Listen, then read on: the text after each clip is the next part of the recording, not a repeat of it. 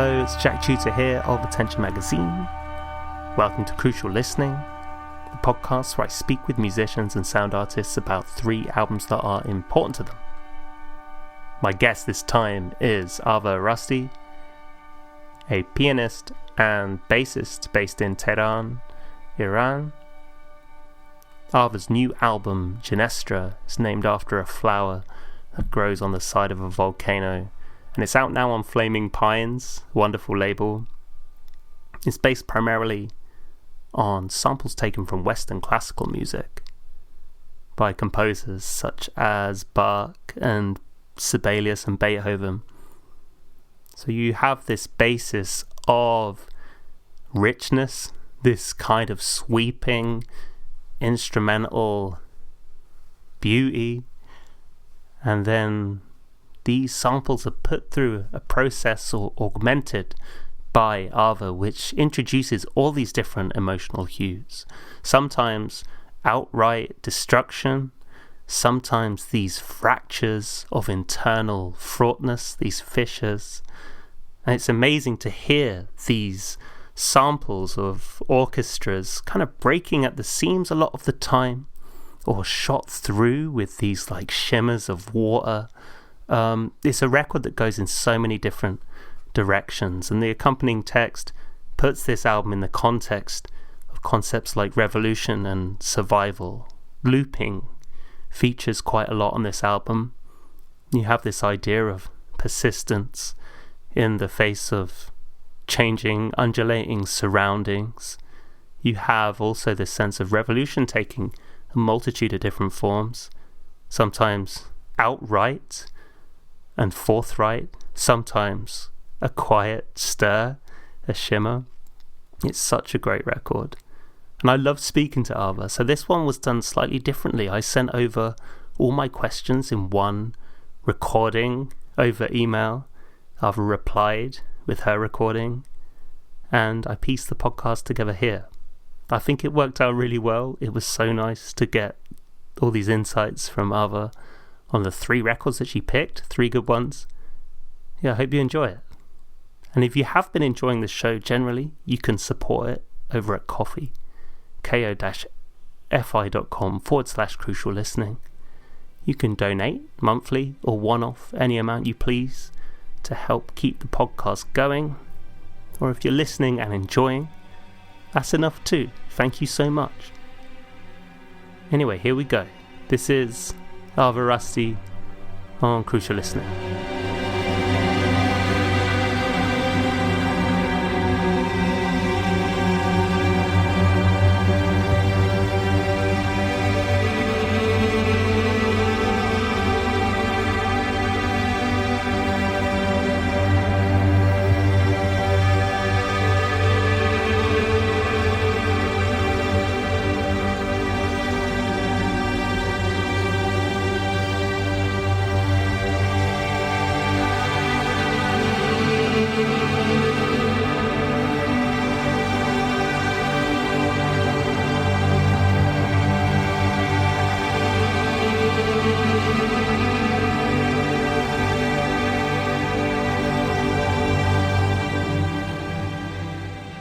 Hello Ava, welcome to Crucial Listening. So, you've brought 3 important albums for us to talk about. Before we get to those, I want to ask about your new album, Genestra, that just recently came out on Flaming Pines. So the first question I'd like to ask on this one is how you got going with this record and how you tend to start with your music. What are the first pieces to fall into place for you? Hello Jack, thank you so much for inviting me to your amazing podcast. I'm so glad to be here. So the first element usually for me is the story behind or the concept. There's a quote from you included on the release text for Genestra, and one of the lines is, "These pieces are the result of the destruction of beautiful moments in history with the emergence of revolution, destruction, and reconstruction." So I wondered if you could elaborate on that for me. Yes, the whole concept actually came from this quote, because I think classical music is an important part of history because it's like a complete reflection of feelings in different periods of time, like our unconscious making something about our feelings. But then I wanted to destroy all those memories which could be different for each person. But then cannot completely destroy them. We have to build a new story from that. It was a very kind of personal feeling for me, because during the time that I was working on Ginestra, I was also experiencing a very weird situation. I was in Italy and far from home, and in my country kind of revolution was happening. But at the same time I was in a very peaceful area, and inside me was like a volcano full of fire and very stressful. It was like all my memories from my home were in the fire and destroyed, but at the same time I wanted to building a new thing full of power and immortal, like the Ginestra flower.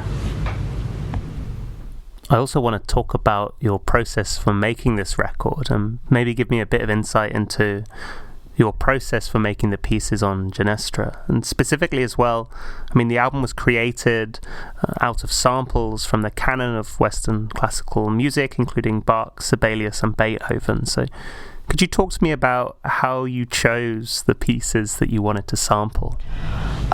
As I usually start to compose with improvisation, I would say it's not all without any structure, but it's more like I know the structure a little bit, but I'm open to seeing what's happening if I start to compose with improvisation. Actually, I choose the pieces that I was very attached to them. And they brought personal memories for me. As I started music by playing classical piano, I had too many beautiful memories with some of the classical pieces. For example, that piece from Bach that I used in Goldberg was one of the most favorite pieces for me during that time, and I really wanted to play that piece. And yeah, it was like a dream for me to play this piece, but then I never did it. And so when I'm listening to this piece, it's an endless pleasure and at the same time a regret for me. The artwork image by Alberto Paparotto is beautiful.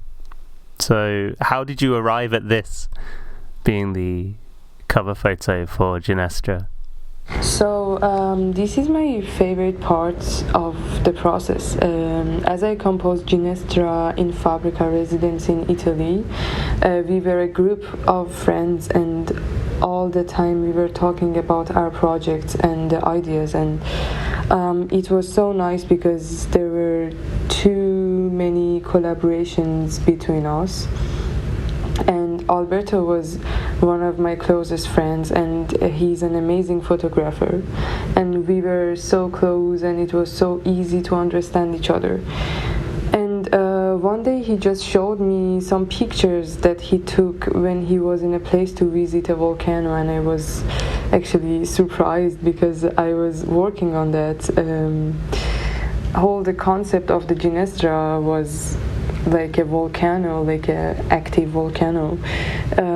So then I asked him to use his pictures, and because it was like a sign for me, I was sharing all my feelings with Alberto during of working on Ginestra, and then he showed me exactly what I wanted.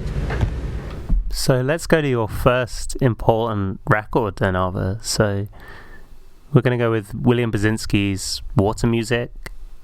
Maybe start by giving me an introduction as to why this album is important to you. So it was the first time that I was listening to Basinski. His music influences me so much. I think I'm learning too many things from him. Because of the space he's building, an incomplete loop atmosphere could be filled with power and emotions. I was inspired by him that only melody or sentence is not important. Repeating something can give a lot of meaning. You can make your own story and meaning as a listener. I'm kind of surprised that William Basinski hasn't come up on this podcast already. I thought maybe the disintegration loops would come up before now. It's very interesting that Watermusic is the first one to appear. So, do any other works by Basinski connect with you as well? And what is it about Watermusic that makes it the important one for you? So all of his works are so beautiful, but I also really would love the Cascade. Watermusic is the first time that I discovered Basinski, so I think that's why it's so special for me. And is it a record that you still listen to now? Yes, I'm listening to this album a lot, and I love that when you focusing, you can notice that there is too many layers, like very deep layers, and sometimes I can hear something like the rusty irons deep in the ocean, so dark, but then he gives you a light by adding another layer, and yes, there are too many details that I would love to find each time that I listen to this piece. And when you think back through your memories associated with listening to this record, what kind of places and experiences come to mind for you?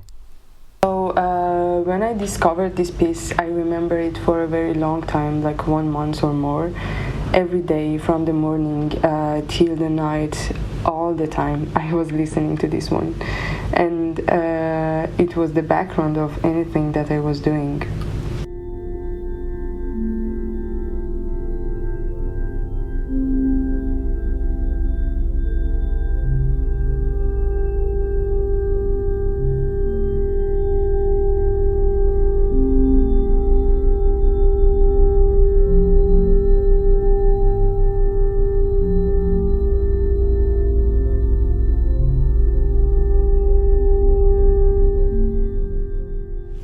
For me, this record by Basinski has this sense of existing outside of time.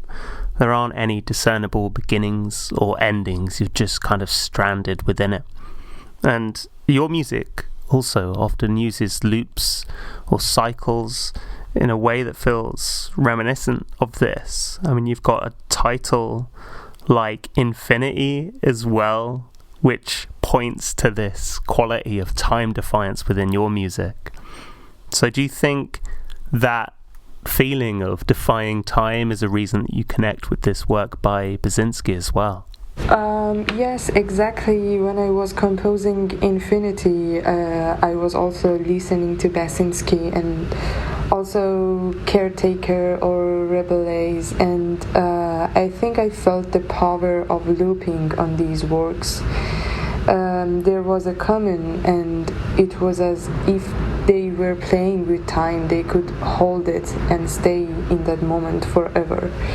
Infinity is from a piece from Sibelius, and this was a very short part of that piece, and I was listening to this piece like every day, but each time I was waiting for just this part because I loved this part of this piece. So I was thinking of looping just this part in the beginning, and I wanted to loop it for like 1 hour or something, but then I did it shorter.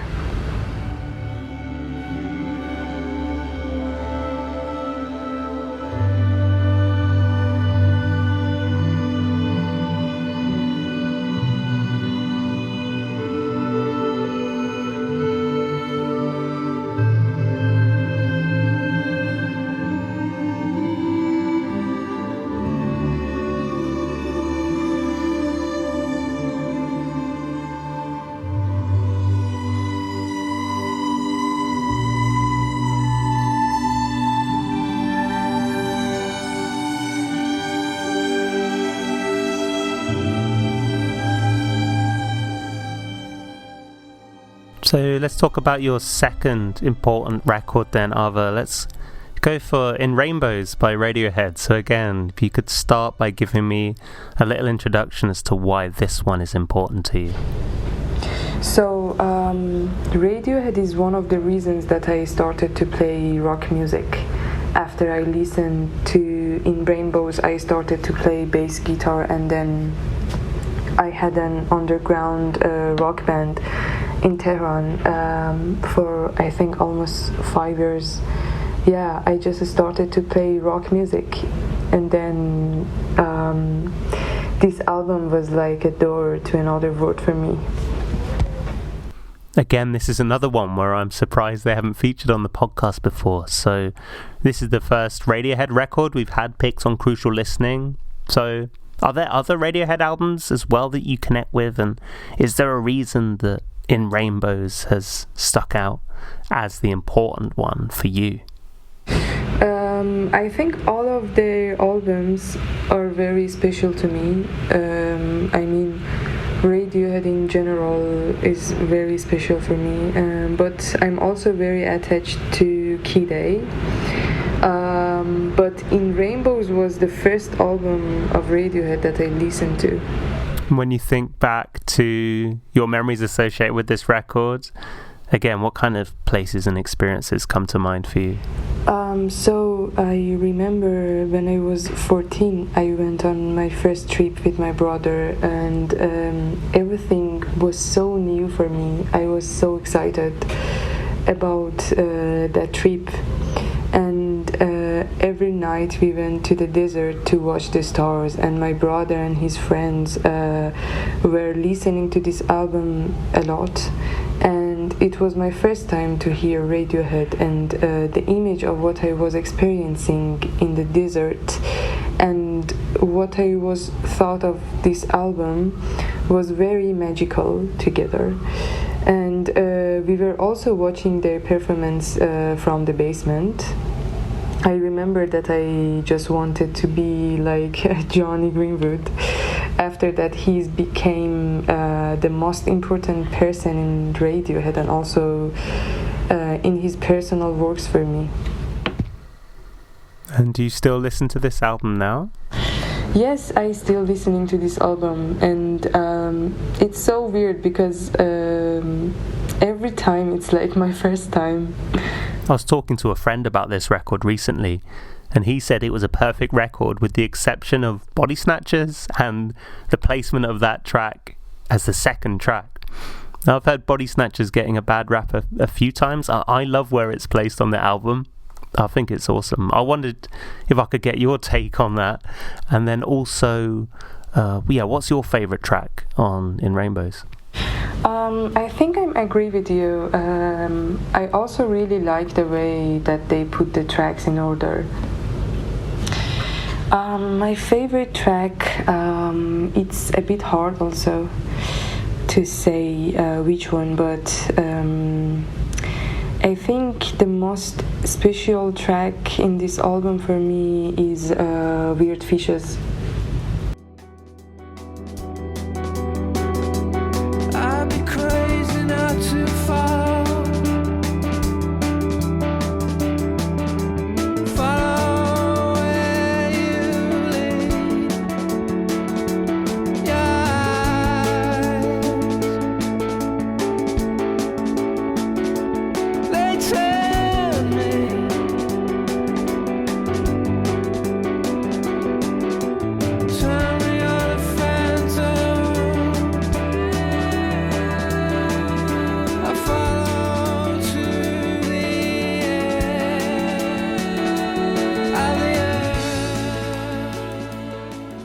Okay, Ava, you got one more important record, and this is by Harold Budd, and it's called As Long As I Can Hold My Breath, brackets by night. So, again, give me a little introduction as to why this one is important to you. So, this album is very special for me. It's very influenced my work, and I was listening to this piece while I was working on Ginestra. How did you discover this one, if you remember? So I'm a big fan of Harold Budd. and I really love all his works. I discovered him from The Peer, which is a collaboration between him and Brian Eno, and then after that I started to listen to him more, and this is how I find this piece. So curiously, this is the second disc on a double album. So the first one is Avalon Sutra, the first disc, and this is the second. So what's your relationship like with the first disc, and is there a reason that the second disc is the important one for you? Actually, just this part of this album is very special for me. I love the atmosphere and this endless looping with these beautiful strings, and it gives me the feeling of breathing for real. Gives me too many images. This piece is very simple, but in the same time so deep and complicated. And this second disc is actually a remix of Harold Budd by Akira Rabelais. So what's your relationship like with Rabelais' work outside of this piece? Do you connect with that as well? Yes, I know him, and I also very much like his work. The element of Rabelais' work for me is the silence inside his music.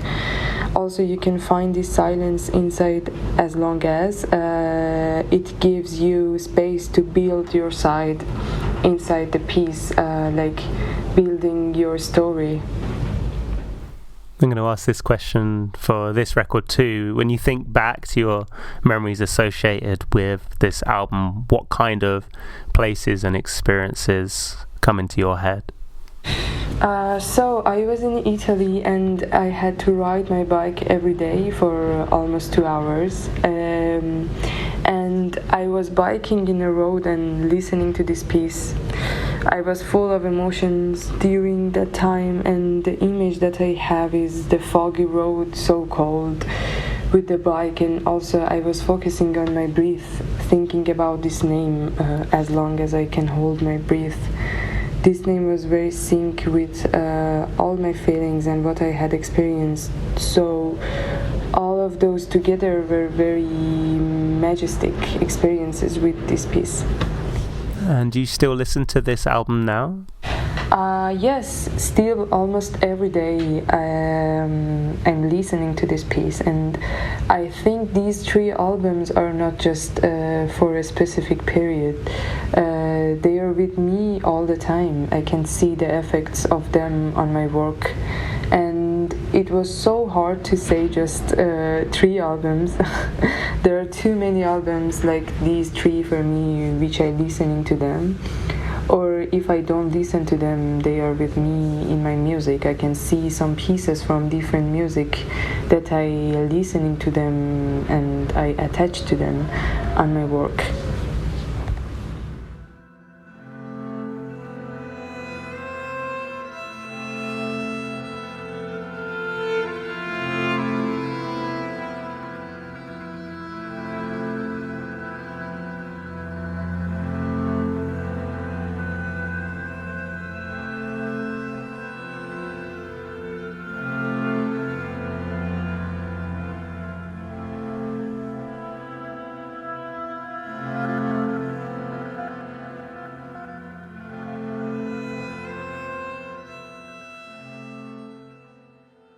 I like to close by asking about how music comes into your life as a listener. So how do you tend to buy your music? Like, do you have preferred formats? Where do you go? Yeah, tell me a bit about that. I would say that I prefer to buy the physical versions, but in Iran it's so hard because, for example, the vinyls are so expensive and also it's very limited. There are few stores that they have something. So now I prefer to buy digitally, for example, from Bandcamp.